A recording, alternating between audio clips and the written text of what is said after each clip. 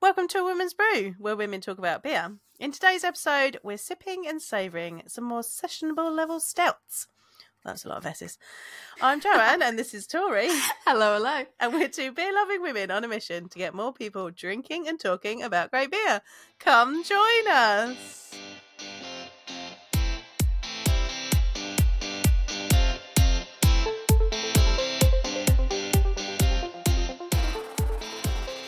You like that alliteration then? I did. I got it out in one go as well. I think that's pretty good going. I know, you didn't complain about it. I didn't complain about it. I didn't read it through beforehand. And we're out of practice, really. I mean, I'm out of practice. You're not, because She's back, everybody. She's back. If you listened to like last week's episode, it wasn't me. I wasn't here, she's not out of practice, but I am, because it has been over 3 weeks now at this point since I've recorded. So I'm surprised I even wrote any introduction that was legible at all. Because I'm still on post-holiday break. I haven't even started my work week. We thought we'd ease our way into the work week with some stouts. My house is freezing, by the way, so I'm here hugging my cans, trying to warm them up. So this episode kind of has come about because I think it might have been the Arbor that you found first when we decided to do this. Is that right? Potentially, yeah. I think it actually was. Yeah. So I think 4 beers that we'll show you in a minute. And Tori messaged me one day. Oh, it was when you were in Bristol. I was in Bristol. East Bristol Brewery Trail. East Bristol Brewery Trail. I can't even say that. I said all those S's and I can't say East Bristol Brewery Trail. There we go. That one's a hard one. And she picked up Arbor's Mini Milk, which is a session milk stout, and it says it on the can. And so she messaged me and was like, why don't we do something on session stouts? Because, you know, I feel like there's this fallacy out there that a stout has got to be like double figures ABV, like thick and like syrupy, chewy. I mean, which it can be. Like, don't get me wrong, I like an imperial stout. But yeah. It doesn't have to be this massive ABV. It doesn't have to be packed with adjuncts. Like, it can just be very simple. And in fact, she says, air quotes, sessionable.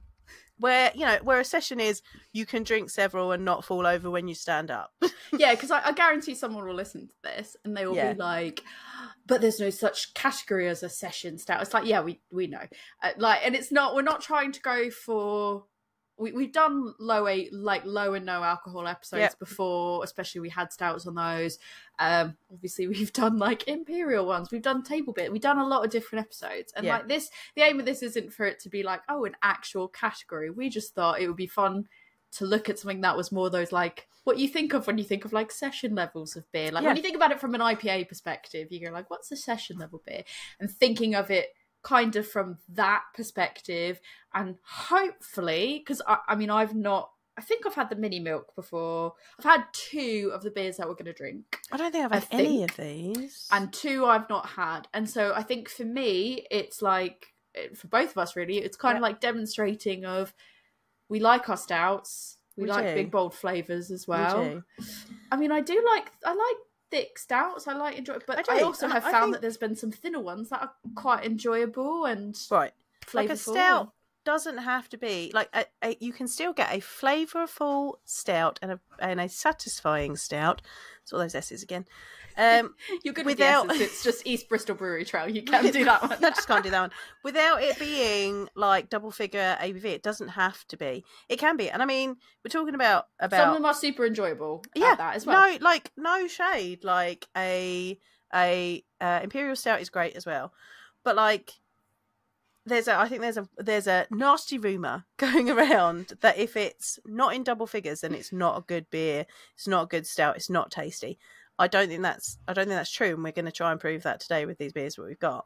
I think some people it's more off-putting as well. Like, not off-putting, but they go, oh, I've got only so much money to spend, and totally get that and appreciate that. And I think sometimes people go, I only have so much money to spend. I really like stouts. So what they tend to seek out more so is the higher ABV, because there's this thought that the higher the ABV is, the more flavourful it's going to be, and the more packing a punch it's going to be, and the more value for money you're getting. And I think sometimes, at least from my perspective, that's not always the case. Sometimes actually it can just be too much. It can be too boozy. It can be too syrupy, that it's almost like unbalancing flavors and it's unenjoyable. And I find that sometimes I've had more of these quote unquote session level stouts, sessionable and lower comparatively to imperials, that actually have had so much more flavor and have been so much more enjoyable than some of the 10-12% stouts that I've had, to be honest. And going back to the whole air quotes beer style thing, we look at BJCP, we look at what the Brewers Association in America says. There isn't a official category that's session stouts, but imperial stout is a category of its own. There's all these other stout categories that aren't imperial stout. There's Irish stout, dry Irish stout, sweet or milk stout, oatmeal stouts, like tropical stouts, pastry stouts, exports, like foreign extra and export stouts. Like there's all these different ones that are separate from imperial stout. And so if all you're going is, imperial stout is the only way stout can be, you're missing out on a world of stouts, people. Like, yeah, I think that try them with us. What I've noticed, I feel like from my viewpoint, and I could be, other people might be seeing very different things to me, but from the algorithms on my social media, what I tend to see is like a lot of times when people talk about like what's a good and bad stout, they're not even necessarily going like, I really enjoy imperial stouts.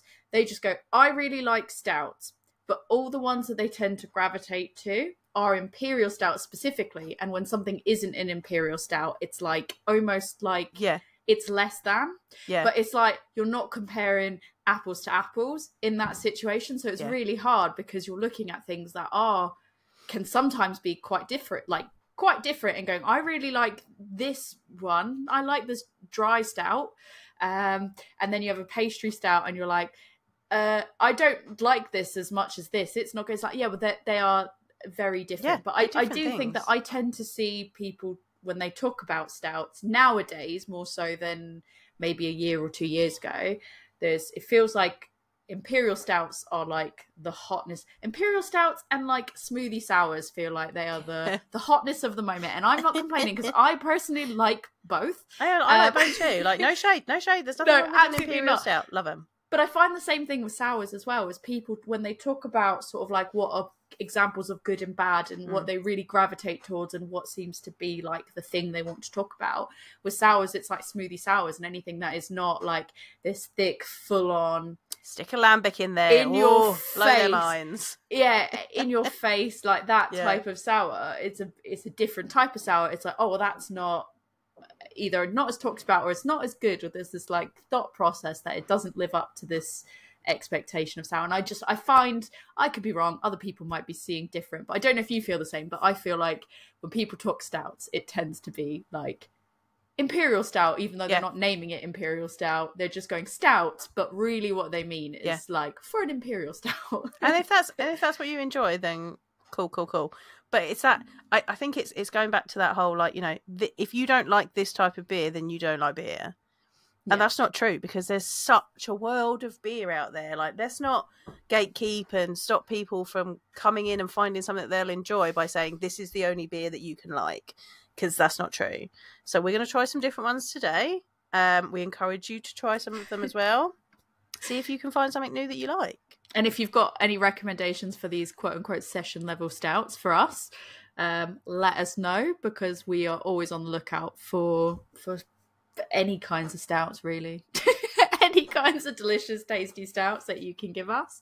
We are absolutely here for it. So, yeah, definitely give us your recs. But hopefully some of these will sound appealing to you and you'll want to give them a try. Should we give them a little rundown of what we're going to try today? Absolutely. So we're going to start with a beer from Neon Raptor. This is called Scoria, and it is just a stout. Just a stout. Just a straightforward stout. The way it's described is pretty much that it's just effectively a no frills, straight to the point stout, really. And that is 5.2%. We're then going to go on to the Arbor Mini Milk, which I feel is hilarious because it isn't in a pint can. I know. So it's not mini. It's mini milk in 568 mils. So it's like Milk stout brewed with a little chocolate and vanilla, and that one is 4.3%. We then got a stout from Cloudwater called Dusk, and that one is 4.6%, and that's got cacao and vanilla in it. So they can still have adjuncts in as well, just saying that as well. And then finally, Unbarred, we've got a white stout. I just thought we'd mix it up a bit. Yep. You know us and white stouts. You know what we're like if you've been listening for a while. This is a cold pressed summer stout, and it is sustainable. 5.2% on that one. All right. So yeah, I mean, we didn't go like too low. I feel like we went with the range of like, the sub 6, but that comfortable range where it's not session levels, but it's not so low that you're gonna immediately obviously expect it to be thinner. Yeah, nothing's over 5.5%, so it's nice mid-range like there. Yeah. Right, so we're gonna crack open the Neon Raptor first. Yeah, like I said, my house is effing cold because the heating's not working, so I'm not convinced that this is going to be warm enough, but we'll find out. I've left it up my fridge for over an hour now.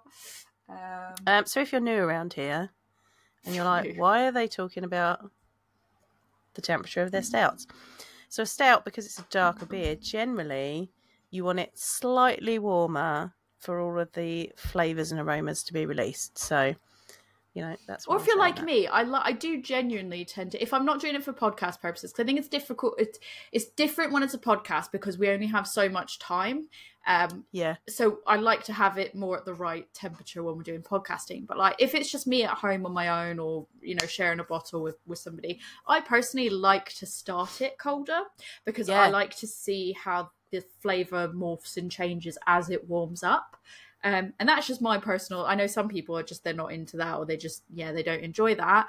I feel like I like that nerdiness a little bit. So I like to see how that flavour changes when it goes from colder to warmer. But yeah, for podcasting purposes, I'm like, I really hope this is warm enough, because if not, we only have so much time. Yeah. It is beautiful. It's lovely dark brown. Mine's got a nice, like, thick mocha head on the top of it. Mine was, if you look at the video now, it's thinner, but it poured, and it was probably about an inch, just over an inch and a half maybe thick, and so it poured really, really lovely. It wasn't got matching glassware today. Yeah, we do. I feel like it was stout, so I had to have stemware. You do? Yeah, I like to have like it just feels it feels fancier. I know that technically probably it's not the better option for drinking a stout. I was about to say, so I feel fancy as fuck. We're drinking out of Indie Man tasting glasses right now, but really for a stout you want like a nice tulip, or a nice something you can wrap rounded, like a nice, like almost a brandy type glass. I've got my Emperor's one here. You want a nice snifter, because the bowl shape opens up those aromas and flavours. If you want to be proper nerdy about it and get your right glassware in there, go get yourself a snifter. But also it's kind of, if it is too cold, you can just wrap your hands around it and warm it up, and it's like you do some of this action of rolling it in your hands. But I don't feel like it. I mean, maybe the Emperor's like snifter probably would make me feel a little bit fancy, but I don't have like 4 of those. No. So I just want to feel fancy, and stemware makes me feel fancy. So I'm always an advocate for a stem, you know that.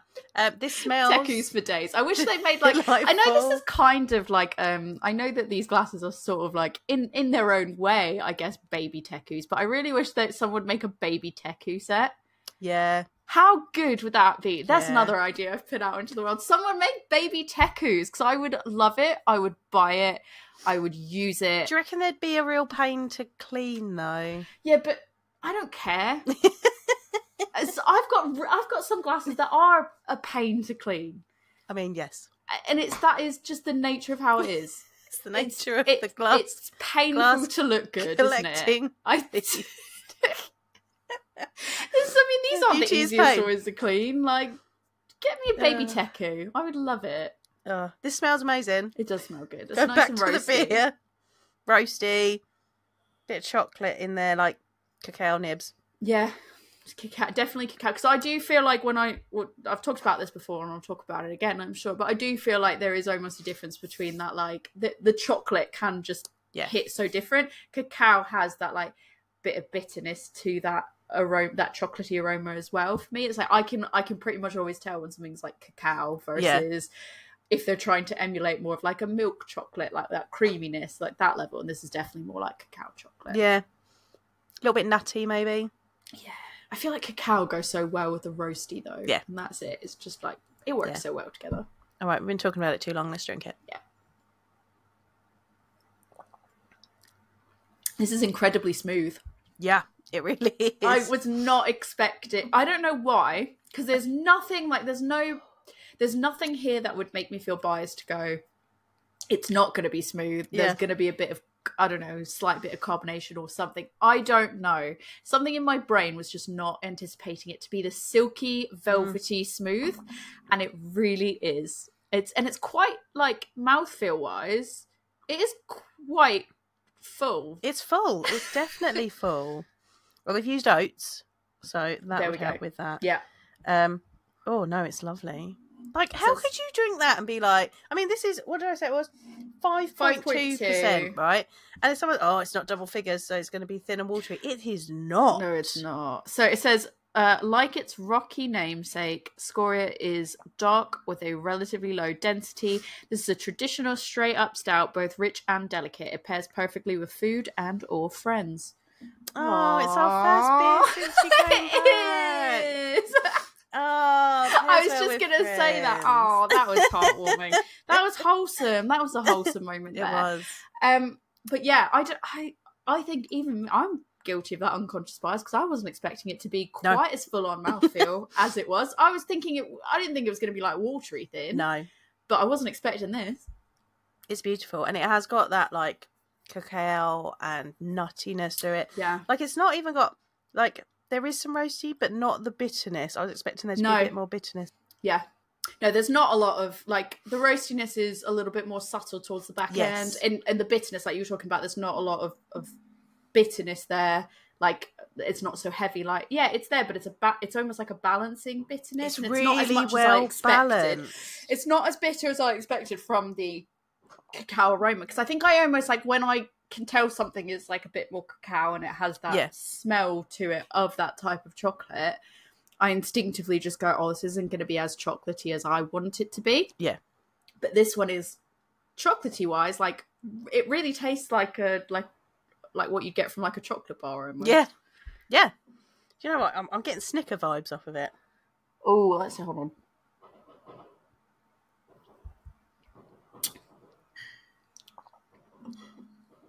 Yeah, I can see what you're talking about because there is almost, it's very subtle, but there is almost like that, almost like a caramelly sort of like nature to it as well. Yeah, it's just really lovely and it's really lovely, really enjoyable. Oh. It is. The longer it sits, sort of like lingering taste. The more I go, oh yeah, you're right, Snickers, isn't it? Like I wouldn't have said that, and now the more it sat there, I'm like, it's very Snickersy. Yeah, it's good. Oh, so smooth. It's so smooth. So smooth. So easy drinking. Good job, Neon Raptor. I do think that, like, ABV wise, like, I think it matches the ABV. Like, you know how sometimes I say something either, I'll go, oh, this doesn't taste like that. It tastes way lower. Or like, oh, actually, it tastes boozier than it actually is. This I actually feel is exactly boozy level wise what I'd expect from 5.2% as well. Yeah, so, like, it's good. I feel like I'd buy this going, I want something a bit more sessionable, and it is quite sessionable, like really good. I have no I feel like, yeah, you're right, we might have peaked. I have no qualms. I have nothing really. I hope not. It's not like I'm even going like, oh, this would be like really good. I just was wanting more mouthfeel, or I was wanting more flavour, or I was like, no, there's a lot of flavour there. It's all very well balanced. There's a lot of mouthfeel there. It's very smooth and velvety. What else could I want out of a stout? It's perfect for this season. Yeah. I mean, stout season's all season, but all year long. All season, every season. Yeah. But for those people that subscribe to when it gets cold out as stout season, I mean, this is replace your cup of hot cocoa with this, and you'll be good. You'll be in good stead. Christmas. This is like Christmas drinking, isn't it? Ooh. Like when instead of having like a box of chocolates, got your Snickers in a glass. Yeah, you could do. And it wouldn't make you want to have a little nap afterwards. I mean, it might, but that all depends on what I'm drinking before. This is my first stout of the day, or my last stout of the day. I guess that's where it kind of depends. I don't know. Should we move on to the next one? Yeah, sounds good to me. The beer that started the thoughts, Arbor Mini Milk. Whoa, was it this one? I'm trying to remember if this was actually the one. I think it was. I'm trying to remember if it was. I don't know, actually. I don't think this was the one that I got at the East Bristol Brewery Trail. I think we actually were ordering beers and we were like, because we wanted to do a top up on the orders. We needed to do some ordering for podcast related purposes, and we're like, is there anything else that we need? And I think I just like saw some of it and I went, oh, that would be really good, like that one sounds really good. It's a little insight into our planning process. Yes. I might have actually gotten them. I might have gotten the mini milk for it because we were doing we were trying to figure out what we could do. We were doing planning, and then I went, "Oh, this will be one." And then we did the order afterwards and got some of these other ones. Didn't we order Dusk Scoria and Scoria from Unbarred. Rainville Superstar? Exactly, and Unbarred. Superstar. They are superstars because they have great beer. It's true. The Unbarred one we picked up directly out Unbarred, and I think I definitely think I got us. I do think I got us the Arbor Mini Milk, but I think it was the first one, I believe. But I think it was because we were like, what can we do episode wise? And I was picking up beers, and I was like, we could do this. Yeah. And then everything else fell into place. Dear listeners, if you're not into us talking about session stouts, get hold of us and tell us what you want to hear about, and then we'll make it happen. We do, because I mean, it really is that simple to get us to do an episode. All right. Oh, there's one of these massive cans. It is unfortunately a massive can. Ooh. I can already see on mine. Yeah. The head's already starting to sort of like poke out there, and it is a lovely mocha colour as well. So. Oof. It's about the same colour as the last one. That head on mine is pouring insane. Look at that. That is like... Yeah, thick old head on there. Thick and foamy. It looks delicious though. Like, I feel like the head on stout sometimes just looks... Yeah. I don't know how to describe it. This almost looks like a nitro stout head. If you're not watching the video, the only way I can describe it is it just looks like light and foamy and just a little bit like marshmallow, airy, but still thick. Yeah, that's a good way to describe it. But yeah, it's just like really, really lovely, very light brown colour. Right, now considering that this one has chocolate and vanilla added to it, it's got lactose in it. I definitely... Like, when I cover it and smell, I definitely get the vanilla. Yeah. And I find that vanilla... I've said that before as well, and I'll say that again as well. The vanilla, I always find, is one of the harder flavours to get out of a beer because it is so subtle and it can be overpowered so easily by other adjuncts and other ingredients that usually that's not what you get. It's not as pronounced. It's not as easy to spot, I don't feel. At least with my nose, I don't easily spot it. But in this one, I feel like it is very clear. Like when you go I feel like this one smells more roasty than the last one. I almost get a bit of roastiness is there, but I think it's almost for me a little bit more nutty than it is roasty. Okay. And I think that there's almost like a bit of like, and I don't know if it's just because it's a mixture of all the aromas coming together, all the aromas. I think I almost get a bit of like mapley smell from it. Oh, yeah, I can see where you're getting that from. It smells but I'm wondering if that's the vanilla mixed with the chocolate mixed with that nuttiness and it's coming out as like more mapley. You know, I've talked about like ice cream with the cardboard wrappers before. Yeah. It smells like chocolate ice cream on a cardboard wrapper. Like, and I preface this quickly by saying it doesn't smell like cardboard, which is an off flavour. It smells like that smell when you open up the ice cream on the cardboard. It's a very specific descriptor to me. Now that you say that, for me, it doesn't necessarily smell like that. It smells like the chocolate sauce that goes on ice cream with the nuts. Like specifically the ice cream nuts. And that's like, there's no other way I can describe that other than the ice cream nuts. Ice cream nuts. Yeah, I know what you mean. But you know what that means. Like, I know what it means. People know what it means. Ice cream man's granddaughter, I know exactly what you mean. Ice cream's the name. Ice cream's your game. Hasn't been for a few years, but yeah, I think it is that. Maybe right? It's also because of like you have that vanilla smell that's quite apparent, and then there is that nuttiness and that chocolatiness, and that it sort of smells like ice cream now that you say that. Yeah, and I don't know if you've implanted that idea. I might have. I mean, that's what I was but... getting from it. It has got lactose in it, so.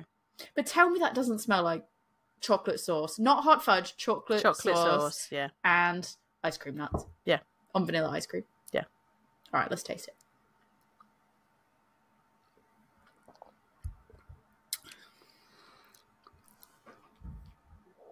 It tastes like chocolate sauce and it tastes like ice chocolate cream sauce and vanilla ice cream a bit.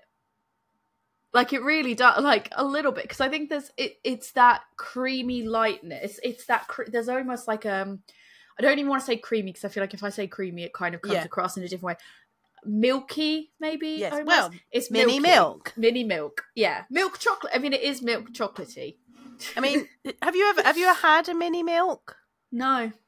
Right, so mini milk. Is this a thing? Because I didn't buy it because it's a thing. I bought it because I thought mini milk. No, I mean that's where the name's got. But a mini milk is a little ice cream. It's generally meant for small children. Maybe this is where the name came from. But there's a vanilla one and I think the other one's like strawberry or something. It does not taste like a mini milk because a mini milk is vanilla, whereas this has got a bit of chocolate in it. But it does chocolate sauce though. Yeah. I mean, if you dipped it in chocolate sauce, I suppose this is what it would potentially taste like. Hang on a minute. Hold the phone. I'm gonna ask the audience something. I've asked my friend who works at Arbor. What's his name? I said, question, mini milk stout from Arbor. Is it called that because it's a mini milk stout or because it's meant to taste like mini milk ice creams, which I'm told is a thing, or both? And I said, or is the mini milk ice cream a revelation to you as well? It won't be. I don't know if he'll see this and if he'll respond to it. We'll find out. But yeah. But yeah, that is. I like it. I genuinely, it tastes more like that, like ice. Like now, it tastes more like ice cream than I even expected it to, and it is more flavourful than I expected it to be.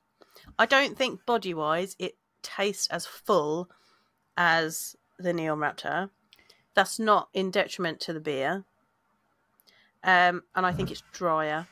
Which makes you want to drink more of it. I think it tastes fuller than I would have instinctively thought for a 4.3%. Yes, agreed. Stout. You know what I mean? Like when I think 4.3%, I'm thinking it's like really, really thin. And it's not like watery or anything like that. Yeah, it's thinner, but I actually think that there's quite a lot of flavour here. Yeah. So I think that, like you said, it's not a detriment that it's thinner. I think for me, with the flavours and the percentage, I actually think it body wise it tastes as it should, because there's nothing that I think feels more weird as well. It's like when you have something that like the flavors with the body like just don't match up and you're kind of a bit like what are we doing here? Because you can have something that's maybe like flavor wise, once you put it in a fuller body you go, this is too much now, and it's like not enjoyable. Very true. Whereas I feel like this all matches up and it's really good. But yeah, now you've blown my mind with that mini milk ice cream thing, so I didn't know that was a thing. I knew that was a thing. I knew you wouldn't know what a mini milk is. I had no idea. When you said that, I was like, what? I do, like, I could see myself sitting and drinking this entire can on a nice cozy afternoon. Yeah, I can see myself drinking this entire can tonight, probably. But it's not going to, I'm not going to feel horrible after it because 4.3%. Can you imagine, you literally, I feel like this is really great for, if you like stouts, I feel like, especially milk stouts, or you like mini milk ice creams, I guess. I don't know what they taste like. I kind of feel like this is almost the perfect beer for you to have on a night out, because you can sit there and you can have so many of them. Yeah. But they're 4.3%. So it's not, you can have so many more of them compared to like when you are having imperial stouts. You can socialize and have a good conversation and have a night out and then like not have a fuzzy head at the end, presumably, like, because it is that difference in ABV. Like, I don't know, I just feel like this is so much easier to session, but you're still getting, in my opinion, you're still getting the enjoyable parts of a stout out of it. Yeah. If you like milk stouts, like if that's not your thing, if you like really boozy, if you like the boozy warmth and you like something that's really, really thick and that's your jam, then this might not be for you.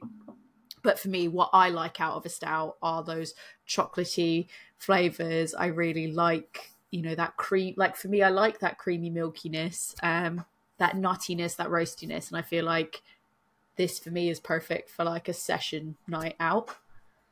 I love a milk stout. If you ask me what my favourite style is, I'll say saisons and milk stouts. I think my favourite milk stout ever was definitely Wiper and True's milkshake. Yeah, milkshake's pretty good. I mean, Millionaire from Wild Beer Co. was always really good. I've not had it since the move.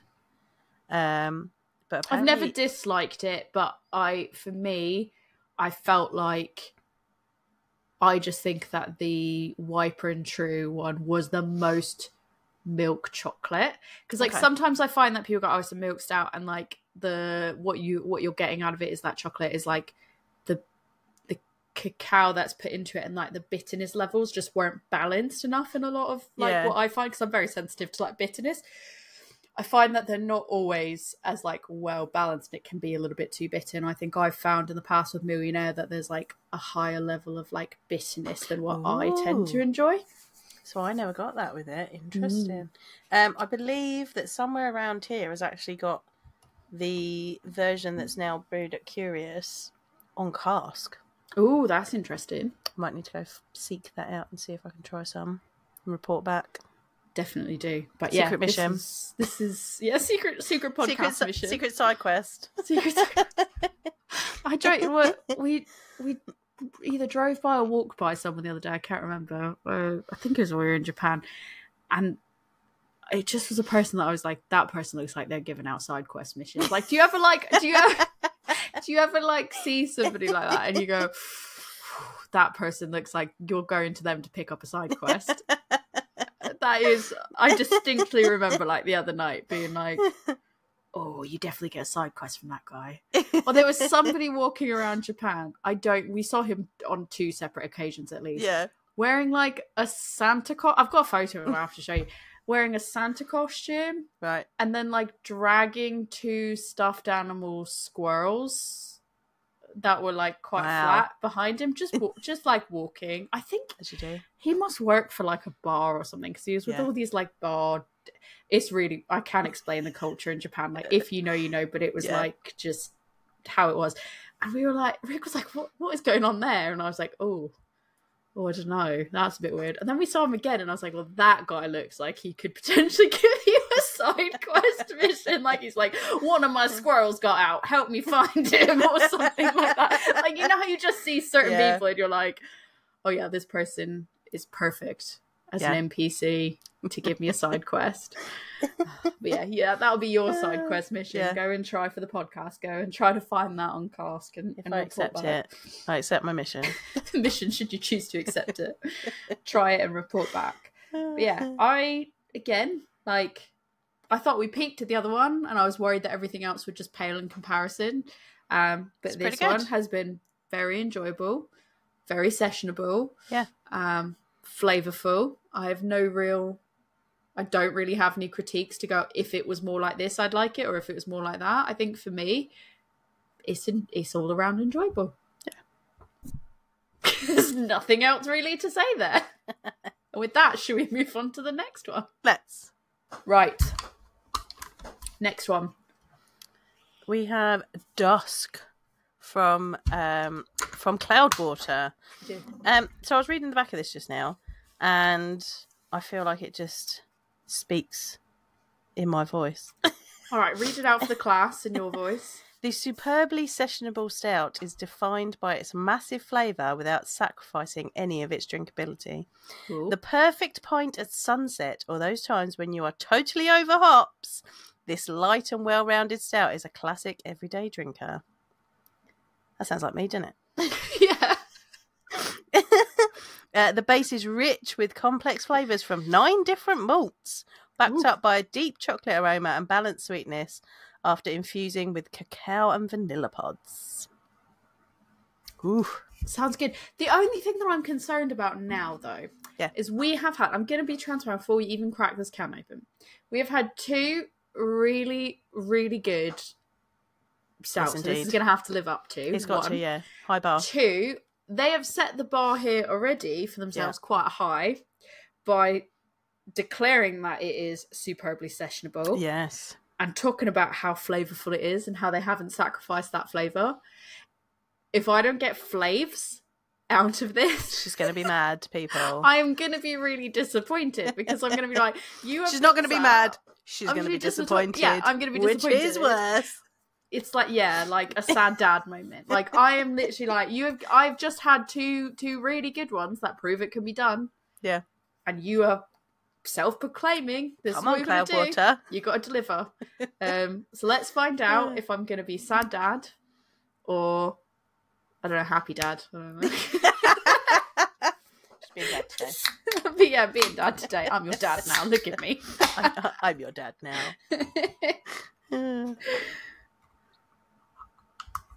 Oh, she foamy. Maybe it's just my glass. No, it's super foamy for me as well. Like the head's just not as dense as the other two. It doesn't look I've got a response on the mini milk. Oh. It's the mini milk, I think, but I can confirm. So he's gonna try to confirm this. Excellent. I will respond. Okay, I've responded to him, so we'll see if he can 100% confirm that. But yeah, I think the head on this is not as so. Like with the Arbor, for example, I felt like that looked more like a nitro beer. Yeah, like I know it's not, but it had more of that like really light, airy, but still thick and foamy head. This one doesn't look quite as thick, but it's poured quite thick. Can you smell it, please? It smells like dark chocolate, and there's something else that I'm really struggling to make out. I want to say like this is a really bold thing that I think you're going to be like, it's nothing like that. Almost a bit minty. Oh, is that? So I'm getting floral, and it's weird. And I'm like, why does this smell like flowers? Maybe it is. I don't know. For me, the first thing I associated is mint, but maybe you're right. Maybe it is flowers. I don't know what it is. It's not what I was expecting to smell. It's not what I'm expecting, but I definitely get dark chocolate is definitely there. Like when I say dark chocolate, I guess I think I mean more like baking chocolate. Yes, like proper bittersweet. Bittersweet, like very bittersweet chocolate. Yeah. Maybe it is minty. I'm starting to question like maybe it's florally and you're going maybe it's minty. It's not what I was expecting to smell anyway. No. Right. I can't say it's my favourite aroma. No, I'm not very pleased with the aroma. Cloudwater. That bar's coming down. I don't like. I'm not saying it's not like I don't smell it. And it's go, not like it's not unpleasant. But It's just not what I was expecting, and I'm like, I just had two really like beautifully sweet smelling, and this is just I don't know. It just smells like you said different to what I was expecting. Yeah. So I think I'm a bit like yeah. Okay, I'm going to taste it because I'm intrigued. It smells like it's going to be. It smells like it's going to be dry. Yeah, dry and bitter. Right, you ready? Yeah.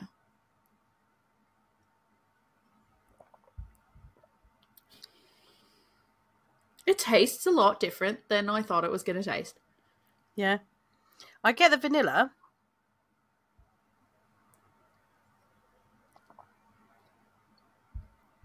I think I'm getting a bit of tobacco. Maybe that's where the floral's coming from. Oh, I think I've gone back to mint now.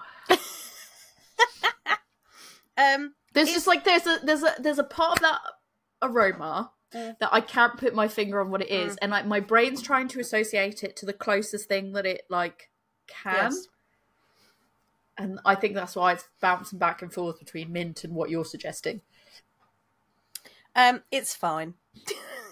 It's quite dry. It's quite dry. I think a there slight is nuttiness in the aftertaste to it for me. I'm getting a little bit of like vanilla in the finish, like not like very sweet. Like there's just kind of almost a creamy vanilla-y bit at the end. Get that. There's not. I don't feel like there's a whole lot going on with it compared to the two we just had. Maybe it's because we had the other two. I think so. Like I think if we'd have had this first, we might think differently about it. So it says on it, so it says smooth stout with cacao and vanilla, and I feel like it's not. When I think smooth, I think more of that like creamy, velvety, like that velvety element. It's not to as smooth it. as the other two. I feel like the others were more pillowy, velvety, smooth, and this is a little bit like it's not. I think that dryness, like how heavy that dryness is, for me, maybe changes my perception of like when I think smooth. That makes sense. I don't know if that makes sense to anyone. Yeah, no, it absolutely does. And I think, and this is the thing with something that people don't always think about. It's like, like when they were doing like the IBUs race, and they were trying to shove as many hops in and trying to get the highest number of IBUs and things. There are other factors in beer that change your perception of what you're tasting. So, the malts that are used, the amount of sweetness in the beer, the other things that are added to it by yeast and fermentation. Like, there are things in there that you then perceive that then change the other factors. And I think with this one, the bitterness that's in there is like, it's not. I wouldn't drink it and be like, oh, this is bitter. But what the level that is in there and that dryness is taking away any sort of perceived sweetness and changing. Like I expected it to be a little bit sweeter. I'd like it to be a bit sweeter, and I think it's making it feel less full and less balanced because of that dryness. So I actually don't necessarily even feel like it's unbalanced. Like I don't feel like, I actually feel like it is, for me, it feels balanced. It's just not as sweet as I wanted it to be and thought it would be based on the description on the can and the fact that it calls out specifically like that vanilla element, for example, like calling out that vanilla. The cacao, I'd be like, okay, maybe there's going to be a bit more bitterness in that with the chocolate. But when you put the vanilla in there and then like the way it's written on the back, I was expecting it to be sweeter. I don't feel that it's unbalanced. I feel like it's balanced in a way that I would expect for something that is a little bit more dry and bitter, like bitter chocolate with a bit of that like roastiness in. If you had told me this was like, I don't know, even like, I'm trying to think of like the style of stout that I would go, oh yeah, okay, that's what I'm expecting. But if you told me it was like something different, if the description was written potentially like slightly different, I'd be like, oh, okay, because I'd go into it with a different mindset. Yeah, I feel like this description is more like a milk stout description, and actually it's more a dry. Yeah, dry Irish. I was gonna say a dry Irish stout. I was like, if you told me it was a dry Irish stout, I'd go, oh, that's like, for me, I'd go like, yeah, okay, that works. That's pretty spot on. But like I said, because it's calling out that like vanilla element and it's talking about all those flavors that you should be getting, I think it just lands differently. But like I said, I would still argue that I do feel it's balanced. It's just not necessarily, compared to the other ones, what I was looking for, expecting from it. So that's sort of like knocked it off a bit. I think the dryness makes it quite sessionable, to be honest. Like for me, I think it makes it easy drinking. But I also think part of it makes it easy drinking because there isn't really any bold flavors. I just the other one to drink a lot of it. I think if I had a snack, I do think it's kind of boring. I think if I had snacks that paired well with it, I'd probably be more likely to drink more of it as well. But I felt like the other ones had that like sweet edge to it. Yeah. That it almost kind of felt like a nice little treat to drink the other ones, whereas this doesn't have as many flavors happening in it, if that makes sense. Yeah.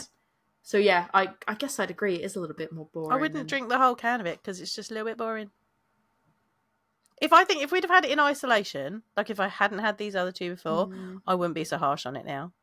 I think I would drink the can. Like for me, this isn't a not finish the can worthy.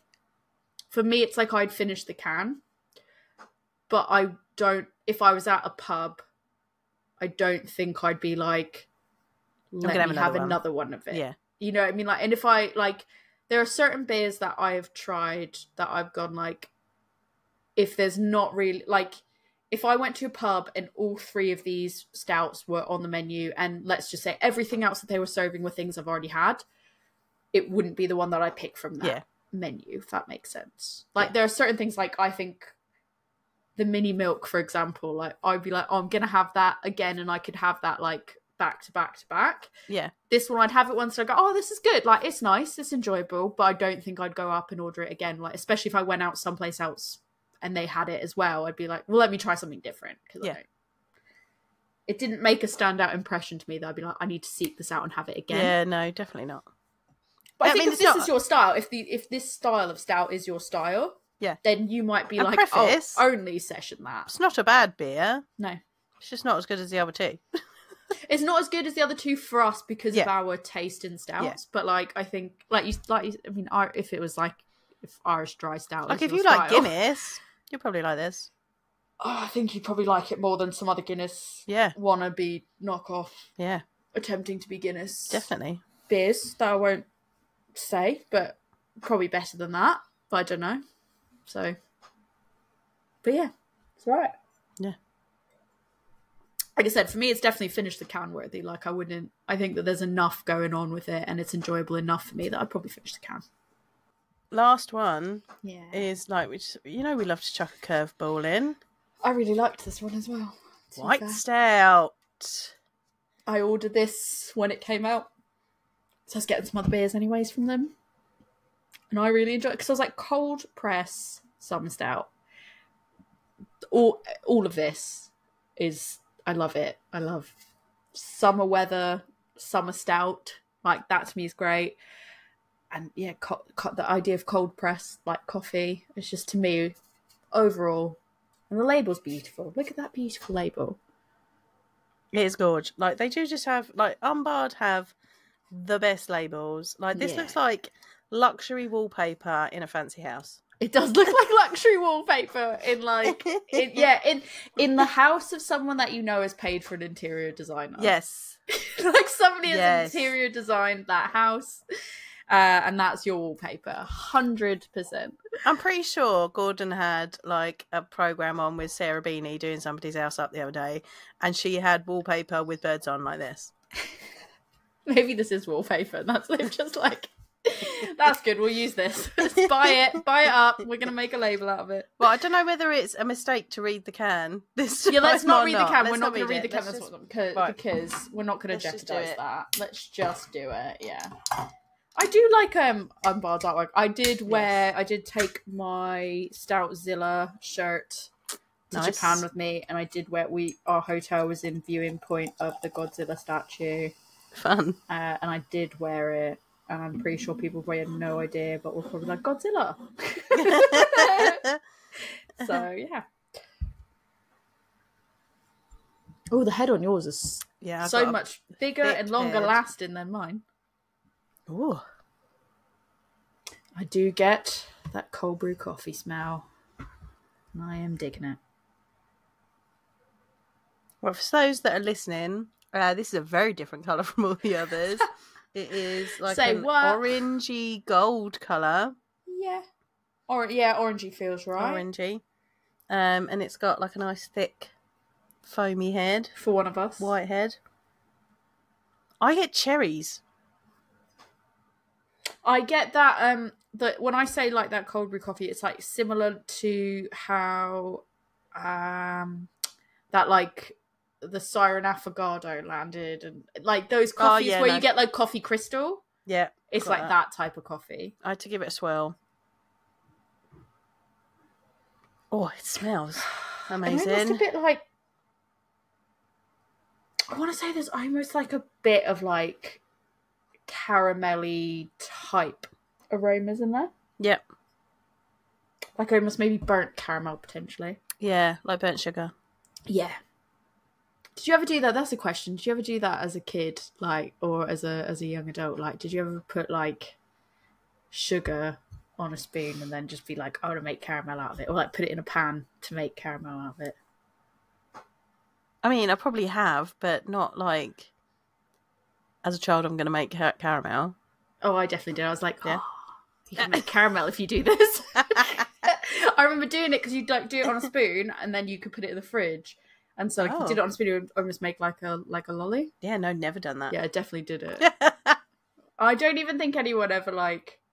This was never like adult supervised. Like there was never an adult that was like, you can do this. I was like, did you know? Like I'm like, you can do this. Like you can... Just Tori trying to burn our kitchen down. Always. I've let it get too warm slightly, unfortunately, now. But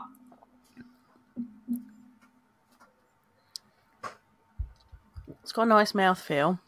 yeah. It's almost got like a bit florally. Yeah. And I think for me that's maybe because it's gotten warmer than I... Yeah. Because it was definitely more... The last time I had it, there was definitely more coffee element to it, and there's definitely like a little bit of roastiness, but it's not really... like there's not a lot of coffee element there. For me, it's kind of like a little bit more florally now, but a bit, I guess, summer, like it makes sense. Summer stout.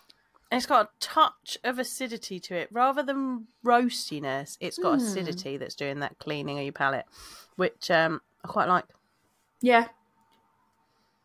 And again, like a completely different type of stout we're drinking here. Very like different. A white stout is very different from these other ones that we've had here. It's still a lower ABV sessionable stout, like, and it's still good. So since 5.2%, and I would actually argue that this one almost, like the boozy level almost kind of lands in a way, and I think because of like how it's balanced, it lands in a way that I actually probably would have expected to be slightly higher ABV. Yeah. I'm not talking about like double digits or anything like that, but like closer to the 6% mark than it is. Like I wouldn't, if someone told me 5.2%, I actually expect it to be like slightly higher than that. Maybe like 5.5. Yeah. I'll read the can now. Okay. Our summer stout is brewed with paler malts, lighter and brighter, whilst retaining the luxurious roasty notes of traditional stouts. Character is enhanced with sustainable ingredients that would otherwise be waste products from indie producers. Chaff from backyard coffee, cocoa husks from chocolate makers, terre de Seine, and Pacamara cherries from Gold Mountain coffee growers. You said cherry. I did. This white stout has layers of flavour, texture, and complexity. It's definitely complex. There's lots taken. I think, like, I almost feel like there is quite a... I'm gonna say this, I'm gonna put this out there, and you're probably gonna be like, nah. But I almost feel like there's almost like quite a clean finish to it. Mm-hmm. Yeah, there definitely is. Because, like, I wouldn't... Like, I almost wanted to say dry, and then I was like... But it's not necessarily, like... that there's a little bit of dryness in the finish, but like not as much as I wanted to say. It is actually more just a clean finish to it. Yeah, that's the best way that I can describe that. It's a bit like Moorish in that aspect. It is a little bit. I get the. I almost do get a bit of like cherryness from it. I guess when I kind of said like floral earlier, in the sense of like the flavor, actually.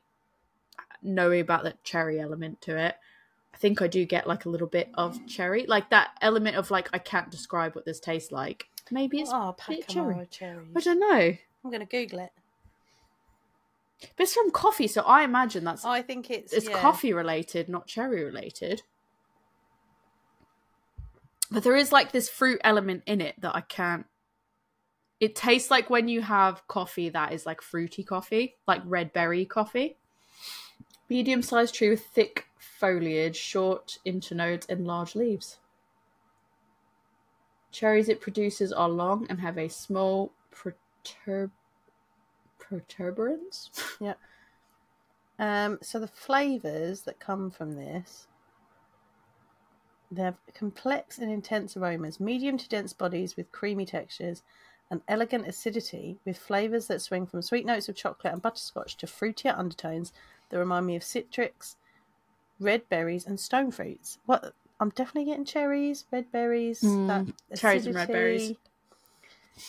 It's a highly celebrated varietal around the world due to its decisively distinctive cup characteristics. Yeah, I think for me, it's like I can liken it to having a high-end coffee that does have those red berry notes in it. Yeah, I like it. For me, I don't think it's as sessionable.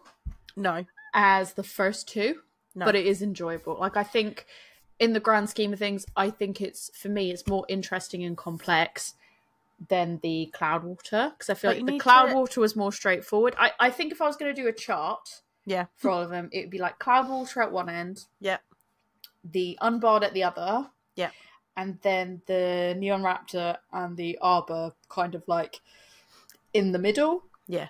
In terms of like, those are the most sessionable and almost the best balance in terms of like the flavors and what I'm expecting. And then you kind of have like the cloud, like none of them are bad. Then you have the Cloudwater on one end of the spectrum, which is a little bit more straightforward, a little bit more boring in that sense, as you said, and not necessarily what I was expecting from that description. And then on the other end, you've got Unbarred, which is like really complex, really full flavor, and that almost kind of makes it harder to session. Yeah, like you need to sit and spend time like tasting this and kind of picking apart what you're picking out, like what flavors it's giving you as time goes on as well. Yeah, I wouldn't have more than one of this, but I would have a good time sitting, gradually building up my understanding of it as I drink it. I mean, I have had more than one of this because this is my second one. But I think for me, like in one session, it's something that it's something that I don't think I would sit and I would have like back to back to back of it, because it is, like you said, something that you just have to sit and kind of like mull over and really take in, and it's really interesting. It's really complex. There's a lot that's going on with it for a 5.2%. Yeah. Sort of white stout as well, and it's not just like super sweet. Like, I feel like a lot of white stouts, I enjoy a white stout, but a lot of white stouts can be like quite like the notes can be quite sweet, or that you can get almost like one or two elements of that flavor that are like quite dominating, and this just has so much going on with it that it does make it very different from the typical white stout. So I feel like I probably wouldn't have any back to back, but I've obviously clearly liked it enough the first time that I was like, let's do it again for this episode. Because we did, to be honest, like this is one that we didn't have to do because we already had 3 beers ready to go. And at the last minute, I was like, we could do this one as well. That would be quite good and quite interesting. So I got another one and literally were like, let's do it, because I just thought it'd make a really interesting one to explore. I like it. Yeah, overall, like it is just one that you can sip on and sort of take in. But I guess if you were looking to have something that you could drink like really quickly and session back to back to back, this maybe wouldn't be the right one for you. Maybe it would. It all depends on what your taste is, but it's definitely, for 5.2%, it packs quite a punch, and I think it really demonstrates that there can be like a lot of complexity and a lot of flavors and a lot of really interesting things in a 5.2% stout. Yeah, without having to have double digits. I think we've proven our point today. Yeah, because I think even with the Cloudwater one, which wasn't the most exciting one for us, it was still one that I think is fairly drinkable. If that is your style of stout that you like, it's completely sessionable. I think that it will do the job. So yeah, I think we had a good bunch today. I went into this, I'm not gonna lie, I went into this really expecting that they maybe would be a lot thinner on the mouthfeel. They would be a lot more duller in terms of like how bold the flavors would be and how I already knew about the Unbarred one, so like that one aside, and I'm fairly certain I'd had the Arbor one, but I hadn't had it out of a can. Yeah. So I was a bit like, when I have it out of a can, how is this gonna change that sort of like flavor? And I went in with like low expectations of like, oh, I don't know. I'm guilty of having some of those same biases of like, well, is this going to be fuller like flavor? Is this going to be like really sessionable? Am I going to want to go back and drink the rest of it? And I was pleasantly surprised, and I really do want to go back and drink the entire can of these the day before I return back to work for the first time in 3 weeks. So yeah. What about you? What were your expectations going into this? I mean, I am a stout person, like, and I don't always feel like they have to be double digits. So I knew we were going to get some good stuff. I was very even more pleasantly surprised than I thought I was going to be with the Neon Raptor one. But I think, you know, as a brewery, Neon Raptor know how to make stouts. They make stouts. They stout. Yeah. Their job is stout. Yeah. Their job is stout. You may think their job is brewer. No, their job is stout. But you'd be misinformed. Sometimes they think it's sours, but no, their job is stout. They are stout. Yeah, very impressed with that one. Really enjoyed the mini milk. Wasn't sure whether that one was going to have the body that it had.